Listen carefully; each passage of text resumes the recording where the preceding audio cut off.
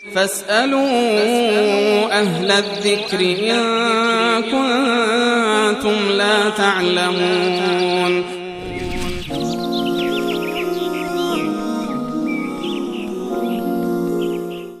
جزاکم الله خیر شیخ. بیننده بعدی آقا محمد از تهران بود که سوالشون این بود، اگر در کتاب اهل سنت یک روایتی از خود کتاب اهل سنت بیارین در فضایل خلفا و که کل راویان اهل سنت باشن، بررسی سندی باشه، که فکر کنم یک موضوع یک برنامه خودش باید باشه. نه، در مورد روایاتی که اهل سنت و الجماعت دارند، خصوصا روایاتی که در صحیح بخاری و صحیح مسلم هست، این از دیدگاه اهل سنت و الجماعت روایات صحیح است، در این هیچ گونه شک و تردیدی وجود نداره، خصوصا با شرایط سخت و در واقع عمیقی که امام بخاری و مسلم در واقع در کتاب خودشون قائل بودند که تمام راویان در واقع عادل باشند.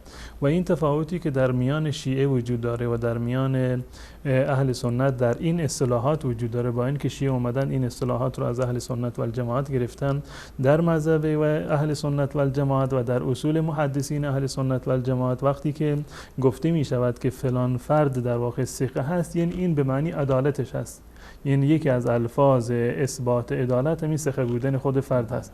اما در اصطلاح محدثین شیعه مانند حر عاملی اینو رد کرده که ثقه بودن در واقع به معنی عدالت نیست.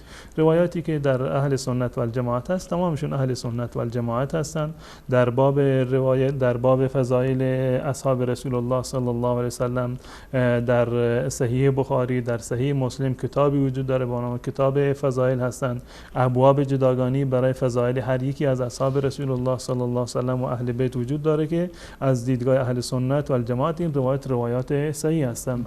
منتها امکان دارد که در برخی از موارد یک افرادی باشند، به طور مثال فرد خارجی هست، یک فردی هست خارجی هست و شاید این روایتش رو اهل سنت و الجماعت اینو قبول بکنن، یا این که مثلا یک فردی اهل بدعتی باشه بازم اهل سنت و الجماعت اینو قبول بکنن. این در این زمینه اهل سنت و الجماعت معیارهایی رو دارند که مشخص میکنیم.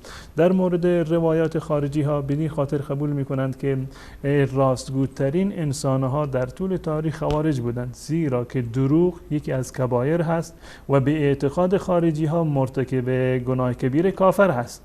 یعنی این که معتقد بودند اگر کسی دروغ گوید در واقع کافر شده، بدین خاطر دیگه بر اصل خودشون عمل میکردن، خیلی تشدد داشتن. امکان داره که علما اهل سنت و الجماعت در برخی از زمینه ها این روایت اونها رو قبول بکنند، یا یک فرد مبتدی که روایتش در راستای تأیید بدعتش نیست امکان داره اینو هم قبول بکنند. در مورد روایات دیگر روایات بسیار فراوانی وجود داره در کتاب صحیح بخاری، صحیح مسلم و همچنین سنن و مسانید روایات اهل سنت و الجماعت تمام بررسی شده، تمام افرادشون.